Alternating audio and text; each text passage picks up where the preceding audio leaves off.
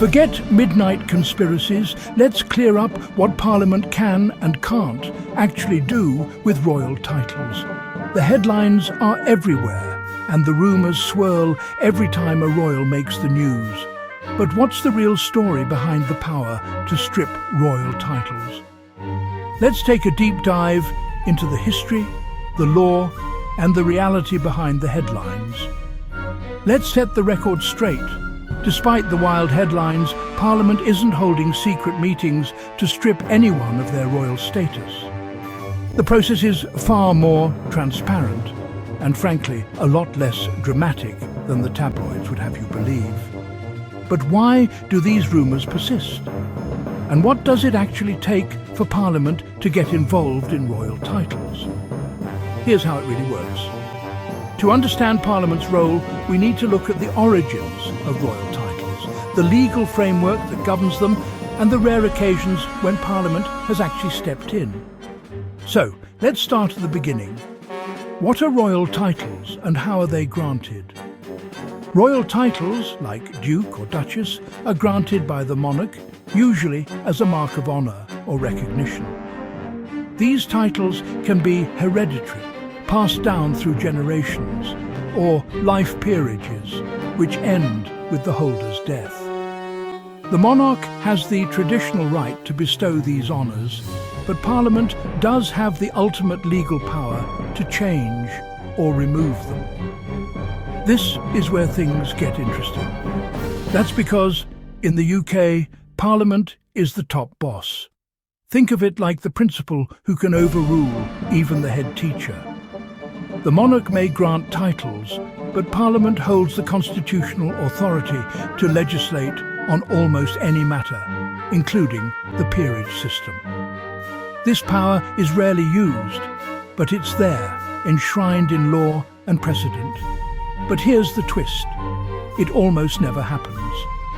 The removal of royal titles by Parliament is so rare that it's almost legendary. In fact, most people can only point to a handful of examples in the last century. So, why is this power so seldom exercised? The answer lies in the delicate balance between tradition, law, and public opinion. The last time Parliament removed a peerage was during wartime, and it took a special law. In 1917, during World War I, the Titles Deprivation Act was passed, allowing the government to strip titles from peers who had sided with the enemy. It was a drastic measure, reflecting the extraordinary circumstances of the time. Since then, there have been very few attempts to use this power. There's no button to just delete titles overnight, and any move would be public, debated, and very rare. The process involves multiple stages: drafting legislation, debating it in both houses of Parliament, and securing royal assent. It's a slow, deliberate process, designed to prevent hasty or politically motivated decisions. So, if you hear stories about secret plots or sudden title stripping, take it with a royal pinch of salt. The reality is far more mundane and far more democratic than the rumours suggest. Parliament operates in the open, and any move to change royal titles would be subject to intense public scrutiny. In reality, changing royal titles is less cloak and dagger and more slow and steady paperwork. It's about legal process, public debate, and respect for tradition. But let's dig deeper. How did this system come about, and what are the checks and balances that keep it in place? The relationship between the monarchy and Parliament has evolved over centuries. In medieval times, the monarch held absolute power, including the right to grant and revoke titles at will.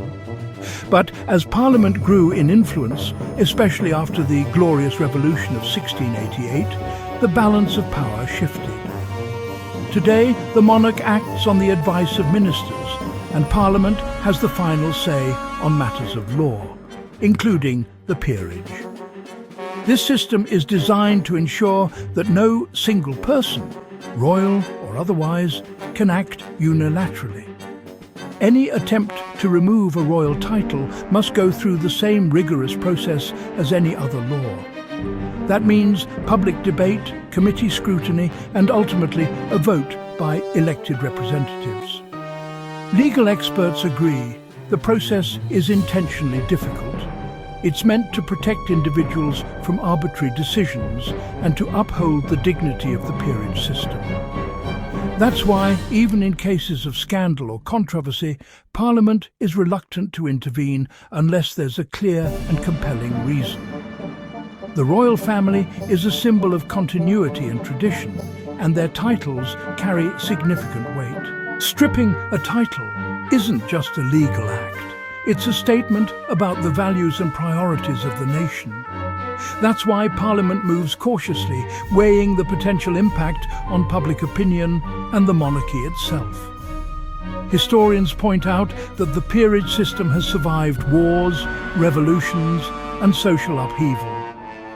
It's adapted to changing times, but the core principles remain the same: respect for tradition, rule of law, and the supremacy of Parliament.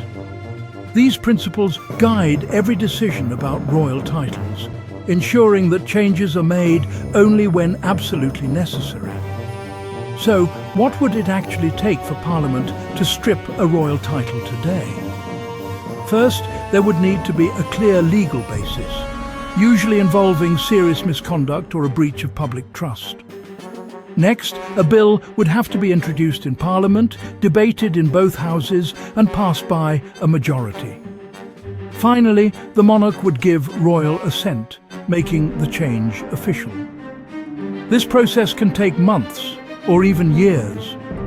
Every stage is open to public scrutiny, and the media would cover every twist and turn. There are no shortcuts, no secret meetings, and no sudden decisions. It's democracy in action, with all its checks and balances. The media plays a crucial role in keeping the public informed. Every proposal, every debate, and every vote is reported in detail. This transparency is a cornerstone of the British political system, ensuring that decisions about royal titles are made in the open, not behind closed doors. Public opinion matters too. MPs are keenly aware of how their constituents feel about the monarchy and the peerage system. Any move to strip a royal title would spark intense debate both in Parliament and across the country. It's a decision that can't be taken lightly.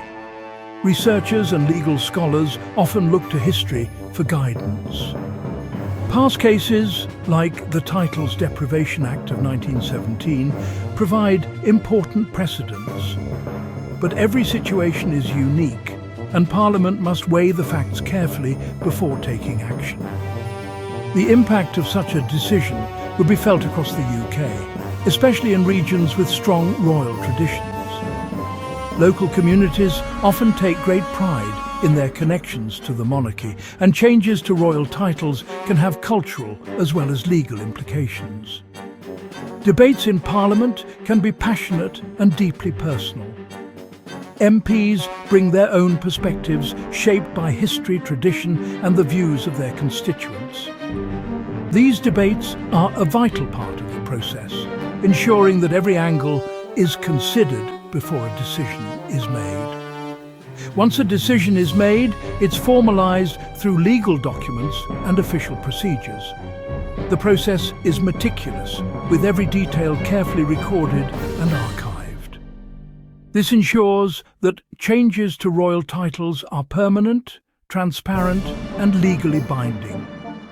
The royal family, for their part, often respond with dignity and restraint.